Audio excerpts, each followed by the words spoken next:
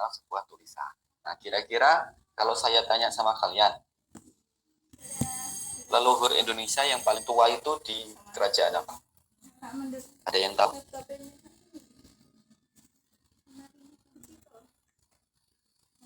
Ada yang tahu? Kerajaan tertua di Indonesia itu di mana? Ayo, pelajaran sejarahnya gimana dulu? SMA, SMP kan sering kan? Kerajaan tertua di Indonesia di mana coba? Apa? Samudra Pasai. Kerajaan Samudra Pasai. Kalau Samudra mana? Di Aceh, Pak. Di Aceh. Darat. Oke. Terus tadi ada yang bilang Kutai. Kutai itu di mana?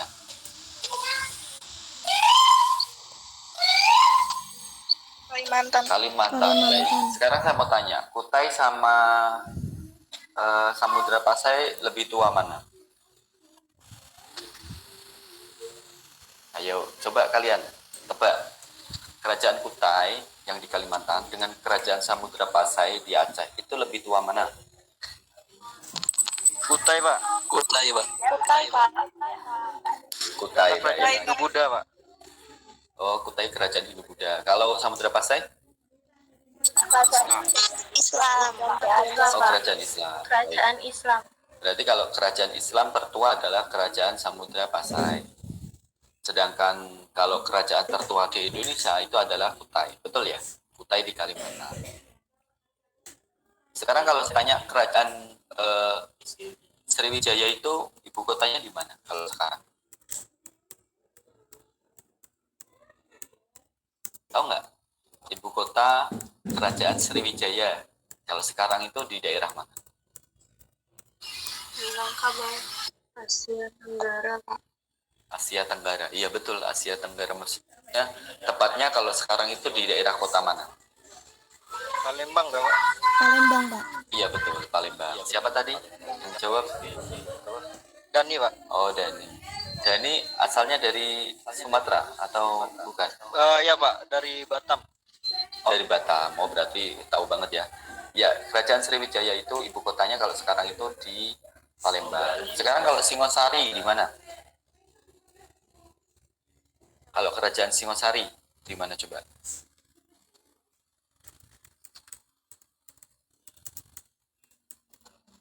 Ada yang tahu? Jawa Timur, betul. Tapi lebih tepatnya ibu kotanya di mana? Kalau sekarang itu kota apa? Malang, Pak. Iya, betul, Malang. Kalau Majapahit? Di mana ibu kotanya? Kalau sekarang di mana coba? Ada yang tahu? Majapahit?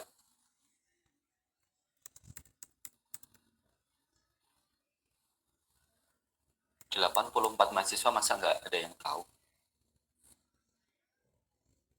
Majapahit ibu kotanya sekarang di mana? Jakarta, Pak. Iya betul, Mojokerto. Tapi kalau kerajaan ini Mataram, itu ibu kotanya di mana? Ada yang tahu kerajaan Mataram? Mataram mana, Pak? Mataram kuno, Mataram Islam. Mataram kuno dulu deh, di mana?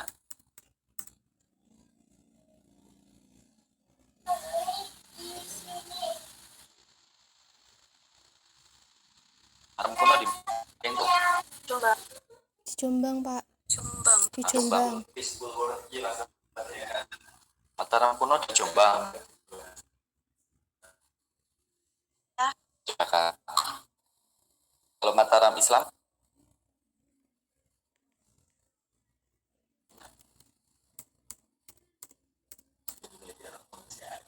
Ayo.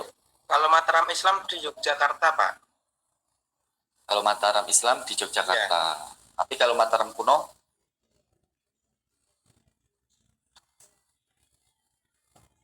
Di mana coba?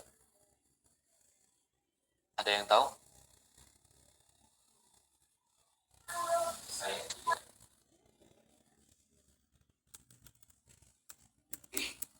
Kayaknya sama-sama di Yogyakarta, Pak. Kayaknya sama-sama. Dulu pelajaran sejarahnya gimana? Anda dapat apa pelajaran sejarah? Dapat nilai berapa? 100? Global Society gitu ya. Jadi kerajaan kuno itu dulunya itu di Yogyakarta, tapi terus kemudian pindah di Jawa Timur, di tepatnya di Jombang. Kemudian muncul Mataram Islam itu di Yogyakarta. Baik, kita tidak membahas jauh ke sana, tetapi kita akan membahas jauh tentang perpustakaan yang diindikasikan muncul di Indonesia itu sejak kapan.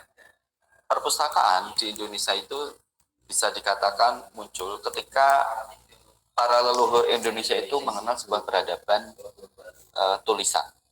Nah, peradaban tulisan pertama kali ditemukan atau bisa diindikasikan bukti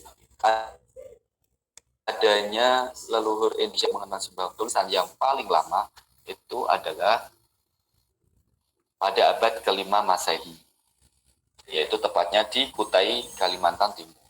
Yang diperkirakan ya pada saat itu ada sebuah prasasti, namanya adalah Prasasti Yupa. Di sana memuat sebuah tulisan bahasa dari Kutai.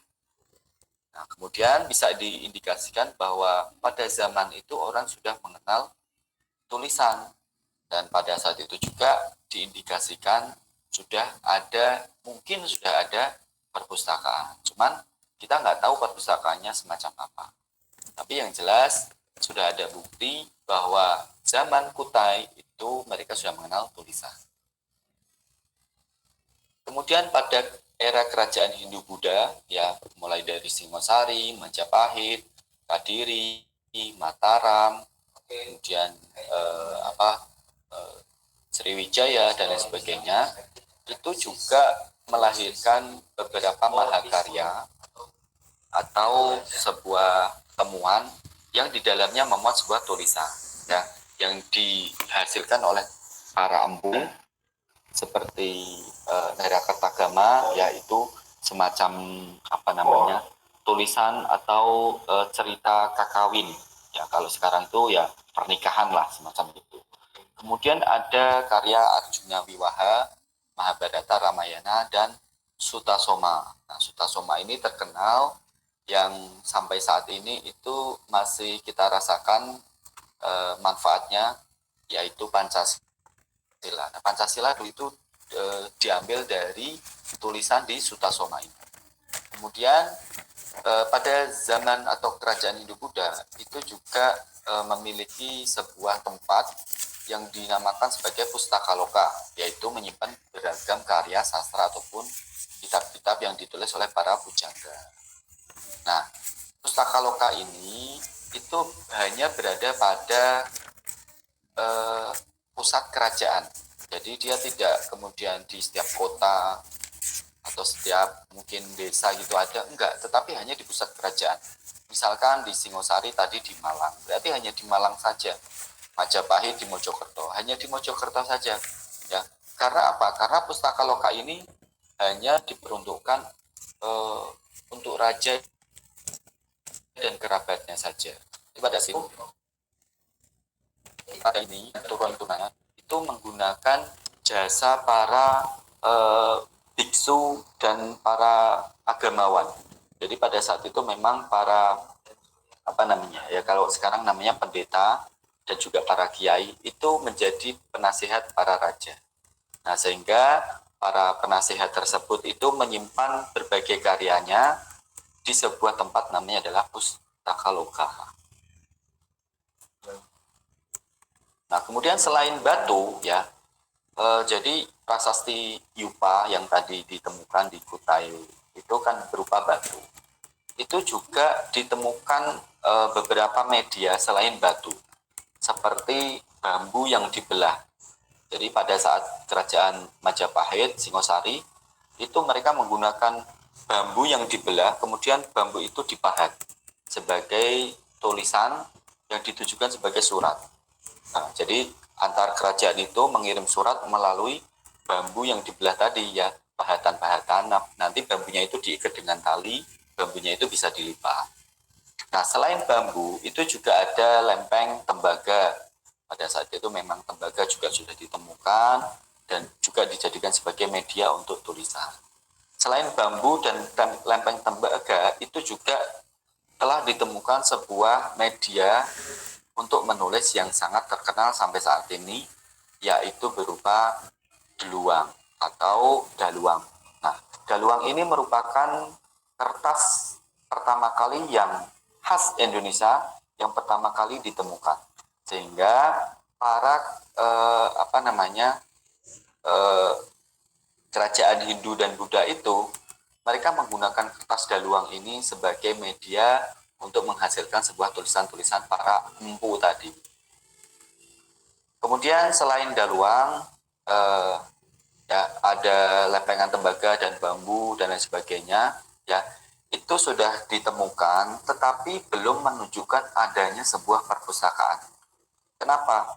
Kalau di kemarin, kalau di mana di Sumeria dan Babilonia itu sudah ditemukan sebuah tempat di mana tempat itu memuat kumpulan-kumpulan dari papirus atau lempengan tanah liat. Nah, sehingga bisa diindikasikan bahwa tempat itu adalah tempat untuk menyimpan berbagai tulisan-tulisan. Bisa jadi itu adalah sebuah perpustakaan atau sebuah arsip, ya. Tetapi kalau di Indonesia, semacam prasasti tadi, kemudian ada kertas daluang, lalu ada bambu belah dan lempeng tembaga, ini dia tidak terkumpul di dalam sebuah tempat, tetapi mereka berjajaran, sehingga belum mengindikasikan adanya sebuah perpustakaan. Karena perpustakaan itu ciri-cirinya adalah sebuah tempat yang di dalamnya memuat sebuah tulisan-tulisan. Nah, di Indonesia belum ditemukan hal itu. Jadi semacam prasasti itu kemudian ditemukannya ya satu di sini, kemudian satunya lagi di kota lain bahkan. Nah, jadi tidak mengindikasikan itu adalah tempat perpustakaan. Tetapi pada zaman itu sudah diindikasikan bahwa orang sudah mengenal adanya tulisan. Kemudian perpustakaan pertama di Indonesia itu ditemukan atau dideklarasikan itu pada perpustakaan gereja di Batavia. Kalau sekarang di Jakarta sana, ya, dulu adalah perpustakaan gereja yang diresmikan itu pada tahun 1643 dengan penunjukan salah satu orang, tadinya adalah pendeta, kemudian dijadikan seorang pustakawan. Namanya adalah Dominus Abraham Quirinius. Kemudian pada tahun 100 tahun berikutnya itu didirikan perpustakaan khusus di Batavia, ya, yang biasa disingkat dengan BGKW. Nah, BGKW ini mengeluarkan katalog pertama kali di Indonesia, ya, dan itu sangat populer sekali karena katalog itu memuat daftar koleksi buku-buku yang berada di perpustakaan tersebut. Nah, pada saat sebelum-sebelumnya itu nggak ada namanya katalog itu nggak ada. Jadi ya koleksi itu hanya disimpan saja, tapi tidak pernah didata. Nah, pada perpustakaan gereja Batavia ini koleksi itu sudah mulai didata, ya, didata mulai dari koleksi A sampai koleksi berapapun itu mulai didata. Nah, sehingga daftar ini menjadi hal yang sangat mahakarya sekali pada zaman itu, ketika orang mencari sebuah buku tidak langsung pada raknya tetapi mencari pada daftar katalog tersebut. Kemudian pada tahun 1950 Indonesia ini sudah merdeka, ya, perpustakaan BGKW ini diubah menjadi Lembaga Kebudayaan Indonesia yang diserahkan kepada pemerintah Indonesia. Pada zaman sebelum kemerdekaan, perpustakaan gereja Batavia itu hanya dimiliki oleh orang Belanda saja, ya, karena penjajah pada saat itu memang yang berkuasa. Tapi setelah merdeka, perpustakaan yang dulunya milik Belanda tersebut terimakan kepada pemerintah Indonesia. Kemudian pada tahun 1922 namanya pun dirubah, ya, menjadi Museum Pusat, dan koleksi perpustakaannya menjadi bagian dari Museum Pusat sehingga dikenal dengan Perpustakaan Museum Pusat. Nah, Perpustakaan Museum Pusat ini kemudian dirubah lagi namanya menjadi Museum Nasional. Dan karena perpustakaan dan museum itu berbeda, sehingga pada tahun 1989 ini terjadi perubahan kembali, koleksi-koleksi perpustakaan itu disendirikan, yang dikelompokkan sehingga ditempatkan di Pusat Pembinaan Perpustakaan dan sekarang menjadi Perpustakaan Nasional Republik Indonesia Perpustakaan. Nah, itu adalah sekelumit sejarah perpustakaan di Indonesia. Jadi perpustakaan di Indonesia itu memang diakui keberadaannya itu pada zaman penjajahan. Ya. Tetapi perpustakaan itu bisa diindikasikan mulai ada ketika manusia mengenal sebuah tulisan. Nah, manusia mengenal sebuah tulisan di Indonesia itu sejak kerajaan pertama kali di Indonesia, yaitu di Kutai. Namun itu belum mengindikasikan adanya sebuah tempat yang memang khusus untuk menyimpan barang-barang atau koleksi perpustakaan. Oke, di sini ada pertanyaan? Oke, kalau tidak ada pertanyaan, kita lanjut ke jenis-jenis perpustakaan. Jenis perpustakaan ini ada 5. Yang pertama adalah perpustakaan nasional, ya. Yang kedua adalah perpustakaan umum, perpustakaan perguruan tinggi, perpustakaan sekolah, dan perpustakaan khusus. Perpustakaan nasional itu apa?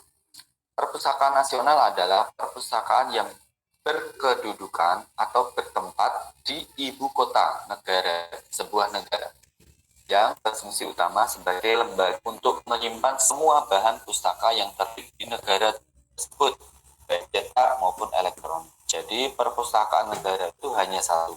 Di setiap negara, perpustakaan negara itu hanya satu, ya, disebut sebagai perpustakaan nasional. Kemudian yang kedua, jenis perpustakaan yang kedua adalah perpustakaan umum.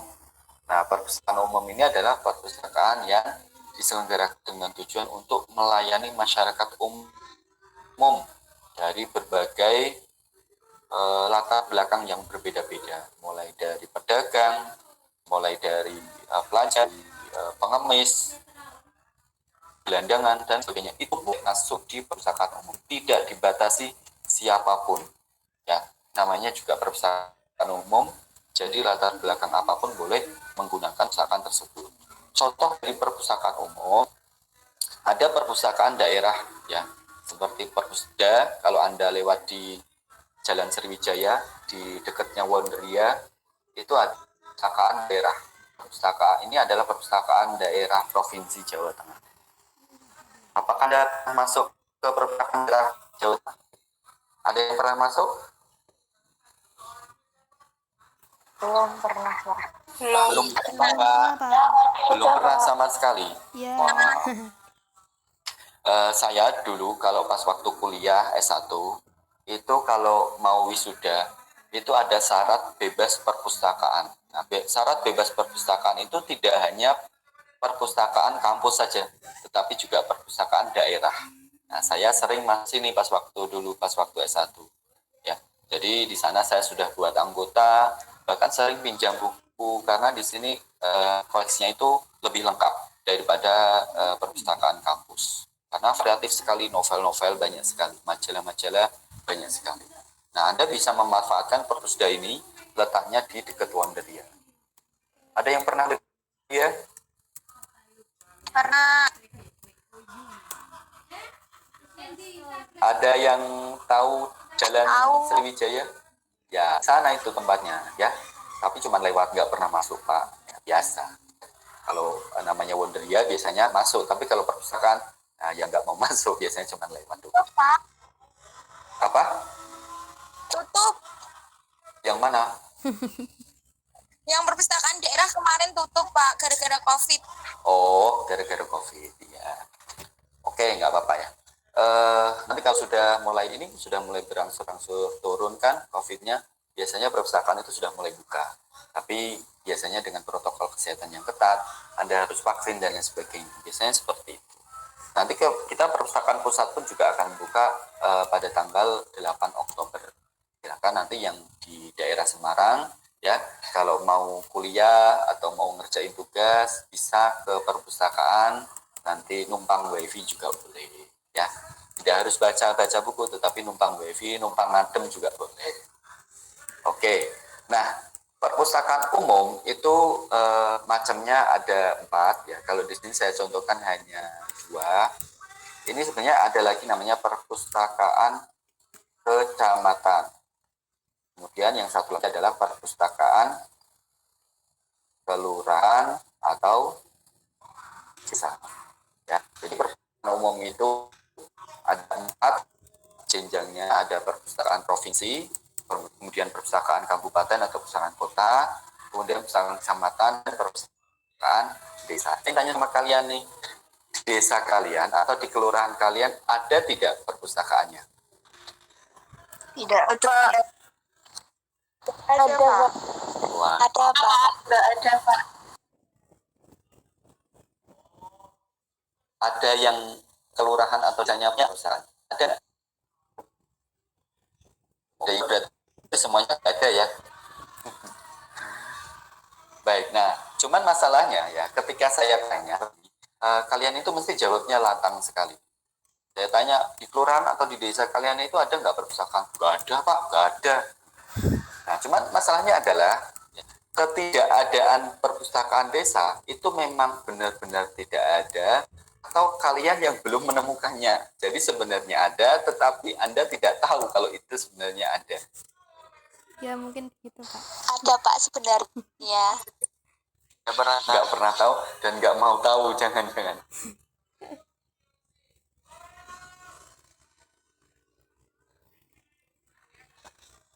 Ya, itu harus ada di setiap desa kelurahan. Karena di sana sudah ada anggarannya, sudah ada alokasi anggaran untuk perpustakaan di setiap kelurahan atau setiap desa. Di undang-undang ada, bunyinya semacam itu. Sehingga pada dasarnya atau sesungguhnya perpustakaan di desa itu harusnya ada. Tetapi kalau kalian bilang tidak ada, bisa saja mungkin Anda belum mencarinya, atau mungkin Anda memang tidak mau tahu, atau mungkin perpustakaannya memang tidak ada. Nah, bisa saja faktor-faktor itu. Tetapi pada prinsipnya secara undang-undang harusnya ada, karena perpustakaan umum itu meliputi 4 jenjang ini ya, 4 wilayah ini ya, dari mulai provinsi, kabupaten atau kota, kecamatan, dan kelurahan atau desa. Nah, ini adalah jenis yang kedua, jenis perpustakaan umum, di mana perpustakaan umum itu boleh digunakan oleh semua masyarakat umum, dari kalangan apapun, dari mulai yang tua sampai yang balita pun boleh menggunakannya. Kalau di perpustakaan umum Perpusda itu banyak sekali permainan, ada ini loh, permainan bola-bola kecil itu loh, Mandi bola. mandi bola. Perpustakaan daerah itu punya mandi bola, sehingga kalau misalkan ada balita ketika dibawa ke Perpusda, ya kan, mana mungkin balita baca buku, kan nggak mungkin, sehingga disediakan fasilitas-fasilitas permainan semacam itu dan bisa digunakan sesuka hati. Nah, itu ada jenis perpustakaan yang kedua, yaitu perpustakaan. Kemudian perpustakaan yang ketiga, jenis perpustakaan yang ketiga adalah perpustakaan perguruan tinggi. Nah, dilihat dari namanya saja sudah kelihatan, perpustakaan perguruan tinggi yaitu perpustakaan yang berada di lembaga perguruan tinggi atau badan bawahannya. Nah, kalau biasanya di kampus itu kan ada perpustakaan pusat, kemudian ada perpustakaan fakultas, kemudian bahkan ada namanya perpustakaan jurusan. Nah, semua itu adalah perpustakaan perguruan tinggi karena berada di wilayah perguruan tinggi. Nah, perguruan tinggi itu kan macam-macam ya, tidak hanya universitas saja, tetapi ada namanya institut. Nah, dulu UIN itu kan sebelum menjadi universitas kan adalah institut dulu, ya kan. Nah, institut itu juga perguruan tinggi. Selain universitas dan institut, apalagi coba yang termasuk perguruan tinggi? Ada yang politeknik, ya politeknik itu juga perguruan tinggi. Terus apalagi? Kalau STIKES, Pak. Setikes itu apa? Kepanjangannya apa? Sekolah Tinggi Ilmu Kesehatan. Iya betul, sekolah tinggi. Nah, sekolah tinggi ini juga termasuk perguruan tinggi. Terus kemudian satu lagi ya Pak, Stain. STAIN itu kan juga sama, sekolah tinggi kan.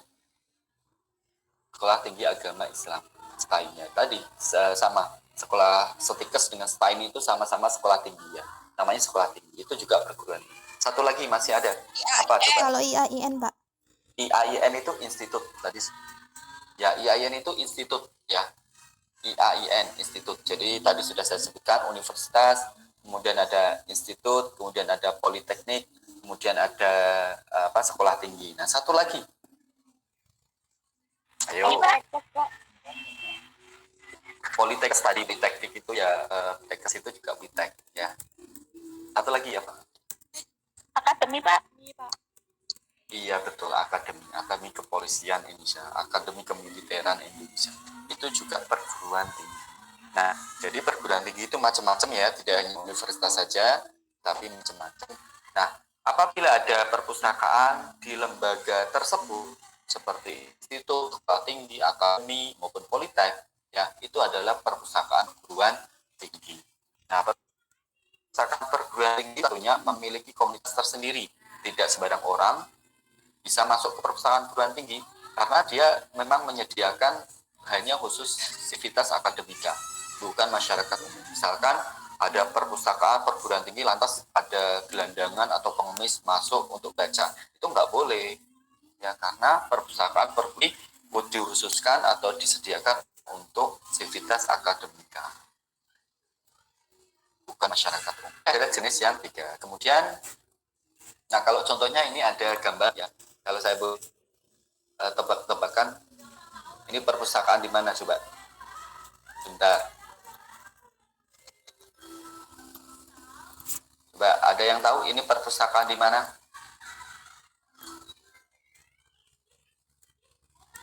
Yang jelas bukan di UIN Wali Songo ya. Ini perpustakaan di mana coba? Ayo tebak-tebakan.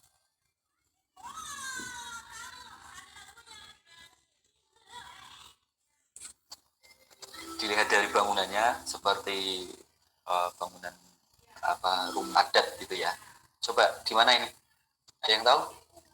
Unan, Pak. Hah? Universitas Andalas. Iya betul. Sistem alarm kebakaran telah diaktifkan. Sekarang kami sedang menyelidiki penyebabnya. Sebentar ya. Kami akan informasikan kembali. Perhatian, sistem alarm kebakaran telah Kalian dengar ya? Sekarang kami sedang menyelidiki. Dengar Pak. Iya, Pak. Benar, Pak. Benar, Pak. Dan kembali. Bakaran. Perhatian, sistem alarm kebakaran telah diaktifkan. Sekarang kami sedang menyelidiki penyebabnya. Kami akan informasikan kembali. Perhatian. Saya kira cuma satu atau dua kali, ternyata nggak berhenti. Mengganggu kalian nggak ini kalau saya bicara seperti ini? Mengganggu nggak? Iya. Iya, Pak. Yang Soalnya keras-keras. keras banget, Pak. Baik, oke. Saya bicaranya yang keras gini ya. Karena sedang ada simulasi untuk persiapan tanggal 8 besok itu kalau perpustakaan buka. Baik, ini adalah perpustakaan Alas, betul sekali. Ini adalah perpustakaan di daerah Padang, Sumatera Barat ya. Memang khas mereka membangun sebuah perpustakaan itu sesuai dengan rumah adatnya. Ini sangat unik sekali. Kemudian kalau yang satunya lagi nih, ini perpustakaan mana ini?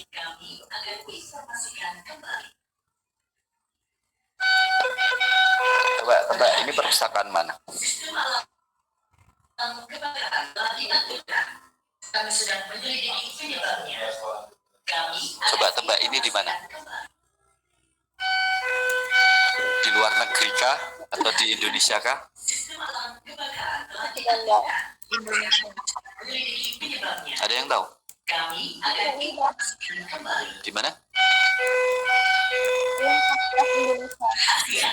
Universitas Indonesia, ya betul sekali. Jadi Ini adalah perpustakaan Universitas Indonesia di Jakarta sana. Memang gedungnya itu unik sekali, bentuknya ya namanya ya artistik. Kemudian di depannya ada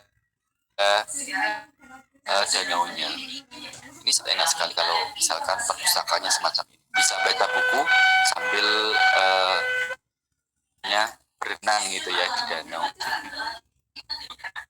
Ini buku basah dong. Oke, itu adalah jenis-jenis perpustakaan, dan perpustakaan yang ketiga adalah perpustakaan publik. Kemudian ada yang keempat jenis perpustakaan, yaitu perpustakaan sekolah. Nah, perpustakaan sekolah kalau dilihat dari namanya saja sudah bisa kita simpulkan bahwa perpustakaan sekolah perpustakaan yang berada di lembaga pendidikan sekolah, yang merupakan bagian integral dari sekolah yang bersangkutan dan merupakan sumber belajar untuk mendukung tercapainya tujuan pendidikan sekolah tersebut. Nah, contoh-contoh dari perpustakaan sekolah tentunya sesuai dengan jenis-jenis sekolahnya ya, ada perpustakaan SD, SMP, SMA, bahkan sampai dengan perpustakaan sekolah luar biasa. Nah, saya mau tanya nih dulu, kalian pas waktu sekolah ya di SMA atau MA gitu kan, itu ada perpustakaannya kan? Ada. Nah, perpustakaannya semacam ini enggak? Perpustakaannya semacam ini enggak? Enggak ya? Enggak, Pak. Biasa. Atau mungkin semacam ini? Sekarang kami sedang menyelidiki penyebabnya. Kami akan informasikan. Atau mungkin semacam ini? Oh, tidak juga. Baik. Kalau yang Anda lihat di layar ini, ya, yang sebelah kiri ini adalah perpustakaan yang memenangkan lomba juara 1 desain perpustakaan di SMK Jakarta sana. Ya, jadi kalau sekolahan sudah punya perpustakaan semacam ini, saya kira pasti siswanya itu betah atau sering pergi ke perpustakaan. Kalau yang sebelah kanan ini itu perpustakaan Bina Nusantara, sekolah Bina Nusantara, perpustakaan swasta. Rata-rata kalau perpustakaan swasta memang bagus-bagus ya, apalagi perpustakaan yang sekolah-sekolah internasional seperti sekolah Bina Nusantara, sekolah Singapura, sekolah Australia, itu juga perpustakaannya pasti bagus-bagus. Kemudian yang terakhir jenis perpustakaannya adalah perpustakaan khusus. Perpustakaan khusus ini perpustakaan yang dibentuk oleh lembaga pemerintah atau swasta atau perusahaan yang mempunyai misi tertentu dengan tujuan untuk memenuhi. Jadi perpustakaan khusus ini tidak disediakan untuk orang umum, tetapi untuk lembaganya sendiri, dan bahkan perpustakaan ini didirikan untuk menunjang sumber daya yang dimilikinya, baik sumber daya manusia atau tujuan dari tugas fungsi lembaga tersebut. Contohnya misalkan ada perpustakaan dinas provinsi, kemudian ada perpustakaan balai, kemudian ada perpustakaan BUMN, contohnya adalah perpustakaan Bank Indonesia, perpustakaan Pertamina, ya. Kemudian ada perpustakaan perusahaan swasta seperti perpustakaan PT Jarum, perpustakaan Gudang Garam, itu juga punya perpustakaan. Nah, dulu pas waktu saya kuliah, ini saya mau cerita sedikit. Dulu pas waktu saya kuliah, ya, kalau perpustakaan khusus itu menjadi perpustakaan favorit. Kenapa? Karena perpustakaan khusus ini, terutama perpustakaan BUMN ya, itu gajinya cukup besar. Contoh misalkan perpustakaan Bank Indonesia, kemudian ada perpustakaan Pertamina, kemudian ada perpustakaan PT Jarum, kemudian di kedutaan seperti kedutaan Amerika, kedutaan Australia, itu sering mengadakan lowongan perpustakaan.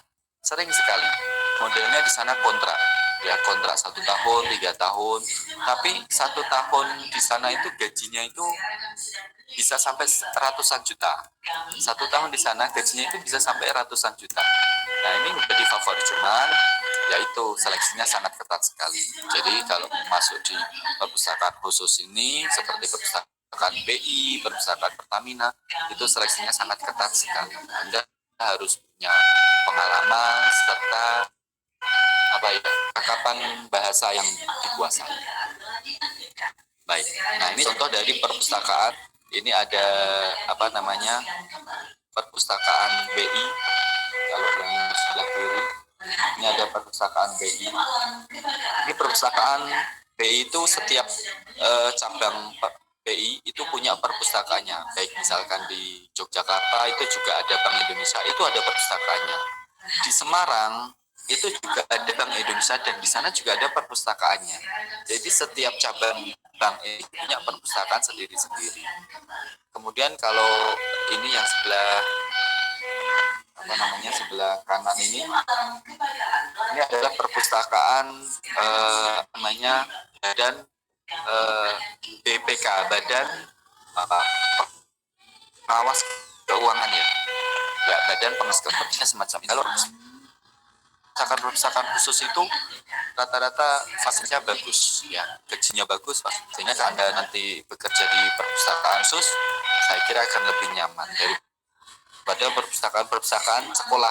Nah, perpustakaan sekolah itu memang paling apa ya, lihat seperti perpustakaan SD itu dengan gudang itu hampir sama, bahkan jadi satu dengan gudang. Nah, itu sangat prihatin sekali. Tetapi kalau perpustakaan di kampus atau perpustakaan di apa namanya, di perpustakaan khusus semacam ini itu sangat nyaman sekali. Nah, ini adalah jenis-jenis perpustakaan dari mulai perpustakaan umum, perpustakaan negara, kemudian ada perpustakaan perguruan tinggi, perpustakaan sekolah, hingga perpustakaan khusus. Nah, kira-kira kalian kalau misalkan nanti magang, kira-kira mau di perpustakaan mana? Karena kalian nanti punya mata kuliah magang. Kan ada magang perpustakaan. Nah, kira-kira kalian mau magang di mana?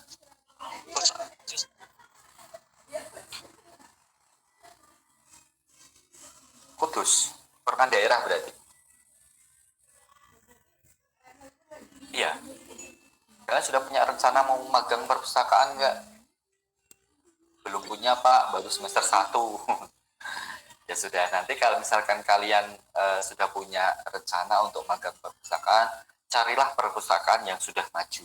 Contohnya perpustakaan daerah, perpustakaan kota, ataupun perpustakaan khusus semacam ini, perpustakaan balai, perpustakaan BUMN, perpustakaan Bank Indonesia lah. Nah, untuk perpustakaan khusus memang tidak sembarang orang itu bisa masuk. Jadi harus punya izin terlebih dahulu, apalagi misalkan di Bank Indonesia itu Anda tidak bisa masuk langsung ke perpustakaan Bank Indonesia, nggak bisa. Mulai di pintu masuknya, gerbang itu sudah di-scan, ditanya mau ngapain, ya kan. Nanti kalau sudah di perpustakaan ditanya mau ngapain di perpustakaan, Anda harus punya surat pengantarnya. Nah, karena itu memang namanya adalah perpustakaan khusus, sehingga hanya orang-orang khusus saja yang boleh masuk di perpustakaan. Baik, sampai di sini ada pertanyaan? Kami akan informasikan ke... Kalau tidak ada pertanyaan, kita bisa lanjut ya. Nah, sekarang kita akan membahas tentang perkembangan dan bentuk perpustakaan. Nah, perkembangan dan bentuk perpustakaan ini, ya, ini saya buat semacam ini. Jadi, perpustakaan pertama kali itu disebut sebagai perpustakaan konvensional. Ya, perpustakaan konvensional itu perpustakaan yang semuanya masih dilakukan secara manual. Nah, kemudian kalau kita bisa lihat, ya, perpustakaan konvensional adalah perpustakaan yang memiliki isi buku, manuskrip, jurnal, sumber informasi lain yang bentuknya itu masih cetak dan apa namanya, transaksinya itu masih manual. Kalau Anda bisa lihat ya, di sebelah ini ada gambar, adalah perpustakaan dakwah yang dulu ya, yang dulu. Kalau sekarang sudah beda ya. Yang dulu itu modelnya masih nulis di buku besar kalau ingin meminjam buku. Nah, kalau Anda lihat semuanya sedang menulis, dia sedang transaksi peminjaman. Kemudian yang sebelahnya lagi ada warna kuning, jadi semuanya masih manual. Kartu anggota masih dalam bentuk buku, kemudian nulis uh, di dalam buku besar untuk transaksi peminjaman, kemudian buku-bukunya pun masih cetak. Nah, ini adalah perpustakaan konvensional. Jadi nanti kalau misalkan Anda menemukan perpustakaan yang masih semacam ini, berarti dia termasuk perpustakaan konvensional. Kemudian perpustakaan yang kedua adalah perpustakaan otomasi. Nah, perpustakaan otomasi ini adalah perpustakaan yang sudah menggunakan aplikasi komputer untuk kegiatan transaksinya, ya, terutama bercirikan penggunaan pangkalan data. Jadi ada database-nya dengan kandungan cantuman tekstual yang dominan dan dengan fasilitas utama dalam hal menyimpan, menemukan, dan menyajikan informasi. Jadi, Anda ketika mencari sebuah buku, itu tidak lagi manual di lemari rak, tetapi menggunakan komputer. Ini suaranya mengganggu nggak? Sangat mengganggu ya? Kami mohon maaf atas ketidaknyamanan. Halo, suaranya ini sangat mengganggu nggak? Mengganggu, Pak. Sangat mengganggu sekali ya? Mengganggu, Pak. Suaranya. Ketidaknyamanan ini. Oke, sebentar ya.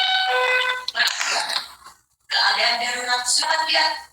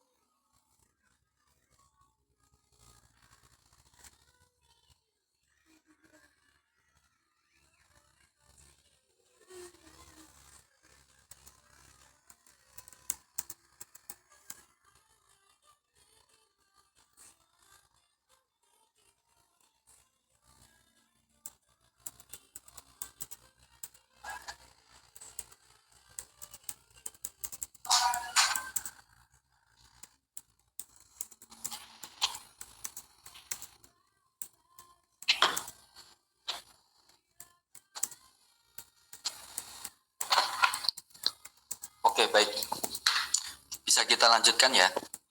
Jadi perkembangan perpustakaan yang pertama adalah perpustakaan konvensional, di mana semua koleksinya itu masih dalam bentuk cetak dan transaksinya pun masih manual menggunakan buku besar, kartu anggotanya masih menggunakan kartu.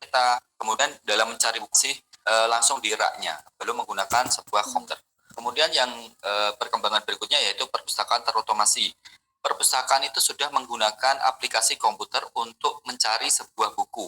Jadi kalau misalkan ada ke perpustakaan mencari buku yang ingin ditemukan, itu sudah menggunakan aplikasi di dalam komputer. Cirinya adalah mereka menggunakan database sebagai bahan pencarian. Kemudian transaksinya pun sudah menggunakan komputer juga. Jadi ketika Anda pinjam buku itu sudah menggunakan komputer.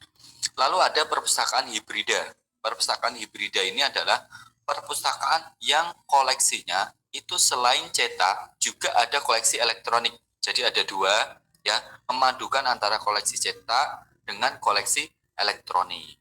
Kemudian yang keempat yaitu perpustakaan terintegrasi. Perpustakaan terintegrasi adalah perpustakaan yang sudah memiliki sistem perpustakaan kemudian dihubungkan dengan sistem yang lain. Contohnya misalkan sistem di lembaga induknya. Kalau di kampus itu berarti kan ada sistem, misalkan sistem akademik, sistem wisuda, sistem keuangan kampus. Nah, jadi sistem perpustakaan itu sudah connect dengan sistem yang ada di lembaga lain. Ya, contohnya misalkan tadi ada, kalau di sini ada wali siadik, kemudian ada sistem wisuda, ada sistem keuangan. Nah, itu sudah terintegrasi. Jadi nanti ketika Anda misalkan ingin mendaftar wisuda, ya, Anda tidak perlu repot-repot ke perpustakaan untuk apakah Anda punya pinjaman, ataukah punya denda, ataukah punya tanggungan, dan sebagainya. Anda cukup melihat di aplikasi wisuda kampus itu nanti akan langsung muncul apakah Anda punya pinjaman atau tanggungan atau tidak. Nah, itu adalah perpustakaan terintegrasi. Kemudian yang paling mutakhir adalah perpustakaan digital, di mana semua koleksinya itu dalam bentuk digital dan semua transaksinya itu sudah jarak jauh. Ya. Jadi kalau misalkan Anda menggunakan Wali Songo e-Library, kemudian Anda menggunakan e-Pusnas yang ada di Perpusnas sana, itu adalah perpustakaan digital. Di sini ada yang sudah menggunakan Wali Songo e-Library? Ada tidak yang menggunakan fasilitas itu? Sudah ada? Atau belum ada yang punya Wali Songo e-Library? Kalau misalkan belum punya, ya, Anda bisa ini, bentar.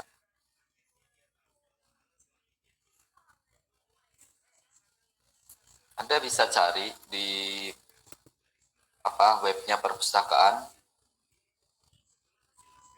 Wali Songo e-Library.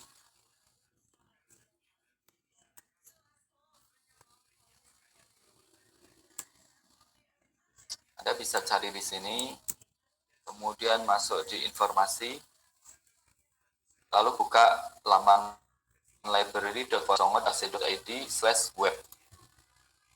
Nanti akan diarahkan di sebuah website perpustakaan. Kemudian nanti Anda bisa cari di menunya e-resource. Setelah ketemu e-resource, nanti di sini ada Wali Songo e-Library. Anda klik yang ini, nanti akan diarahkan di perpustakaan digital perpustakaan UIN Wali Songo. Nah, nanti Anda bisa mengunduh aplikasi ini. Jadi ada dua aplikasi, ada versi Windows dan versi Android. Kalau Anda ingin menggunakan di HP Anda, ya silahkan download yang versi Android. Nanti Anda bisa mencarinya di Play Store. Jadi buka aja di HP, kemudian cari di Play Store Wali Songo e-Library. Nanti akan muncul, kemudian nanti Anda install, ya. Lalu Anda nanti daftar terlebih dahulu. Nah, di dalam mendaftar itu nanti Anda menggunakan email Wali Songo atau nanti menggunakan KTM kartu tanda mahasiswa. Nanti di-scan, di-upload di pendaftaran tersebut. Nanti tunggu hingga beberapa hari, nanti akan dikonfirmasi. Kalau misalkan disetujui, nanti Anda baru bisa menggunakan fasilitas tersebut. Nah, ini juga ada versi Windows. Jika Anda ingin menggunakan melalui komputer atau laptop, Anda bisa mendownloadnya ini, versi Windows. Kemudian Anda install. Sebentar, ini saya sepertinya sudah punya yang versi Windows. Kita coba dulu. Tapi kalau e-Pusnas Anda sudah punya semua? Sudah, Pak. Kalau Wali Songo e-Library? Belum. Oh, belum. Ada yang sudah, ada yang belum. Oke, baik. Sebentar ya.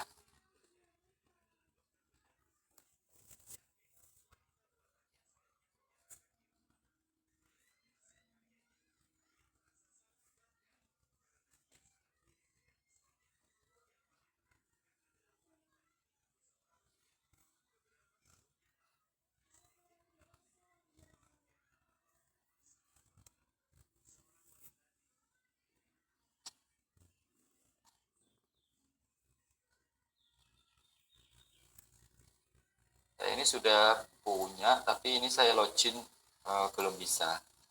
Nah,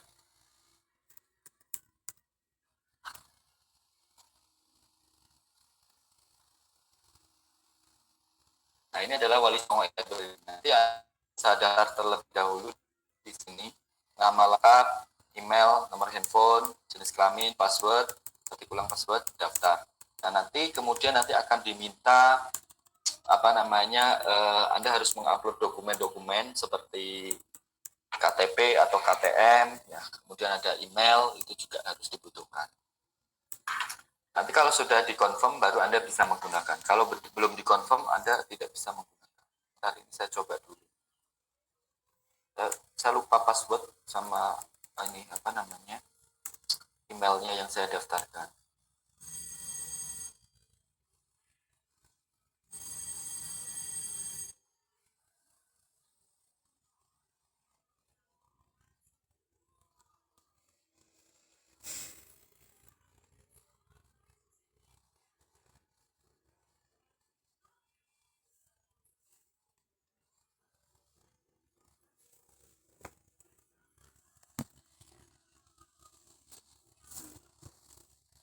Nah, sebenarnya cara kerjanya sama dengan kayak Ipusnas ya.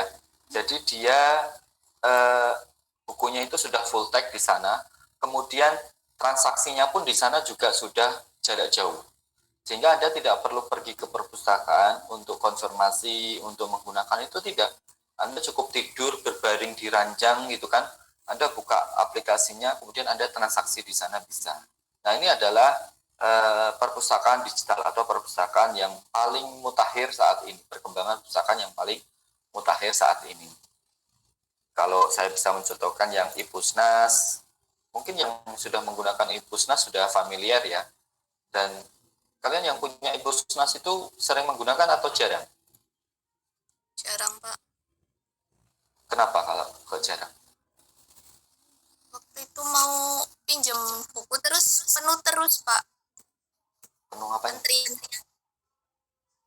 Oh, bukunya itu stoknya habis gitu ya? Ya, Oh iya, iya. Berarti bukunya favorit. Anda mau pinjam buku apa? waktu itu mau baca filosofi teras. Filosofi apa? Teras. Teras. Keren.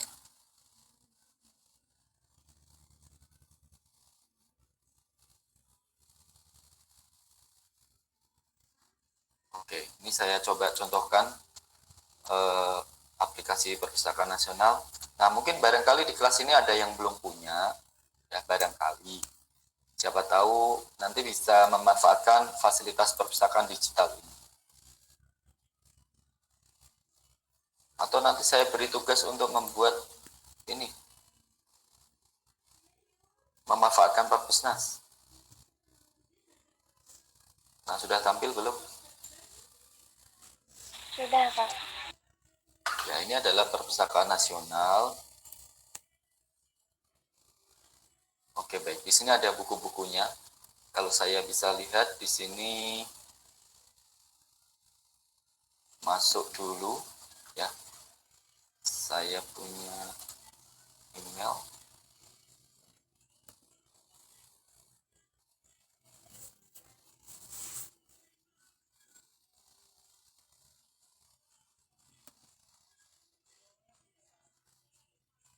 Coba ya.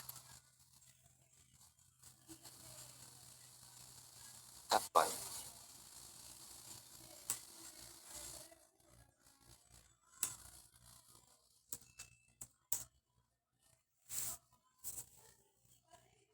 Aduh, saya lupa ini. Kita pakai akun Facebook.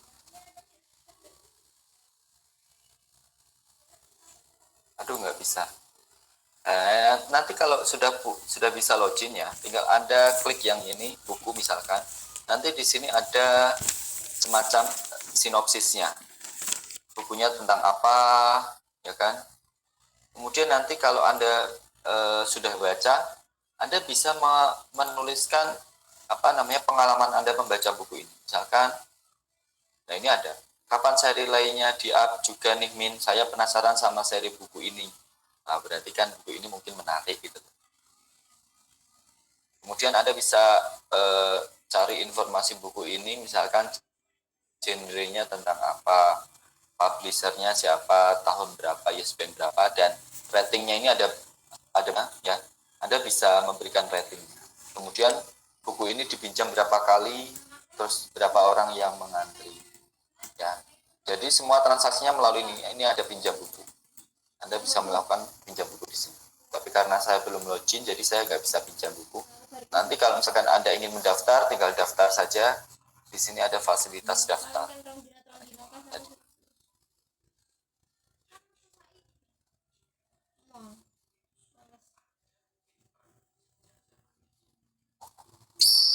Kalau tidak, nanti Anda cari di websitenya perpustakaan, itu ada fasilitas daftarnya. Bentar.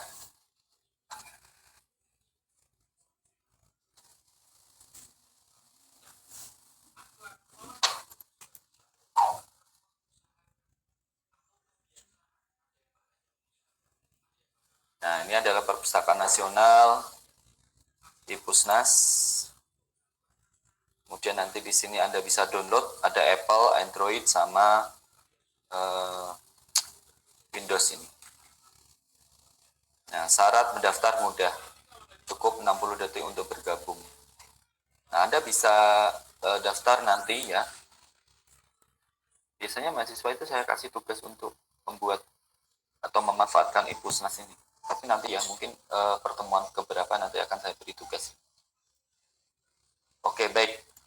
Ini adalah salah satu perkembangan perpustakaan yang saat ini lagi tren, yaitu perpustakaan digital. Karena perpustakaan digital itu ya apalagi di masa pandemi ya itu sangat digandrungi karena mereka butuh informasi tentang sumber-sumber resource ya untuk menunjang makalah, menunjang tugasnya, untuk menunjang skripsi dan sebagainya. Dia harus menggunakan fasilitas jarak jauh. Sehingga perpustakaan digital ini lebih digandrungi. Apalagi perpustakaan saat ini kan pada tutup. Sehingga gimana lagi kalau ingin mencari sumber referensi macam itu. Nah, baik. Sampai di sini ada pertanyaan?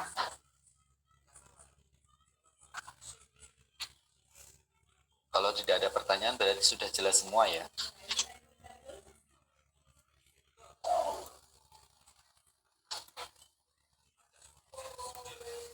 Nah, ini saya coba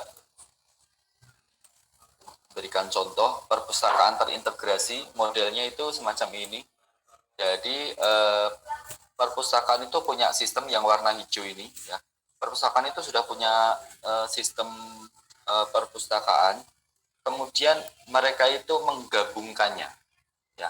Ini ada e-book publishing system, kemudian ada digital signal system, reading log dan lain sebagainya dijadikan satu. Kemudian nanti yang warna hijau ini akan dihubungkan dengan aplikasi yang lain. Ya, jadi ada semacam satu pintu. Kemudian pintu ini sebagai jembatan. Istilahnya kalau di dunia teknologi informasi namanya adalah web service. Jadi ada semacam jembatan atau web service yang digunakan untuk menghubungkan dengan aplikasi lain. Nah, contoh dari perpustakaan terintegrasi ini ada DILS, Digital Integrated Library System, miliknya perpustakaan Surabaya. Ya, Anda bisa akses ini di pusip.surabaya.go.id. Kemudian ada InListLib, Integrated Library System, dan juga ada Indonesia One Search. Lalu ada Kamaya. Ini adalah integrasi perpustakaan sekolah Kemdikbud. Coba saya lihat Kamaya.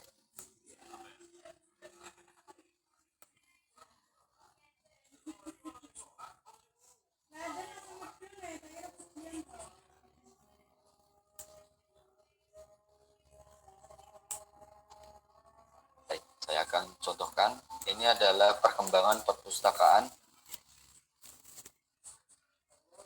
katalog induk perpustakaan sekolah. Sudah tampil kan? Nah, nanti Anda bisa mencari, misalkan di sini ingin mencari buku apa? Buku, misalkan, buku tentang fisika, misalkan. Nah, Anda bisa mencari di semua lokasi perpustakaan. Ini adalah perpustakaan-perpustakaan yang sudah saling bekerja sama, berkolaborasi koleksinya. Jadi daftarnya itu sudah saling berbagi, ya, sehingga kita bisa melihat, misalkan fisika kita ingin mencari buku di SMA Negeri mana ini? MAN 2 Kota Madiun. Nah, ini ada yang dari MAN 2 Kota Madiun atau enggak? Atau mungkin dari mana? Dulu MA-nya di mana? MAN mana? Ada enggak? MAN 1 Tegal. MAN 1 Tegal. Wah, sayangnya ini enggak urut abjad ya. MAN 1 Tegal. Enggak tahu nih ada apa enggak ya. Rasanya enggak urut abjad ini. Coba kalau MAN 1 Kapi. 4 Jakarta. MAN 2 Kudus, Pak. Kemarin MAN 4 Jombang, Pak. ya. Harusnya kalau misalkan sudah saling terintegrasi harusnya bisa. MTS Negeri 3 Gunung Kidul, coba ini deh. Saya ingin mencari buku fisika di MTS Negeri 3 Gunung Kidul. Ada nggak? Coba kita tes. Oh, ternyata nggak ada. Coba kalau misalkan di MAN Kota Madiun, saya ingin mencari buku tentang fisika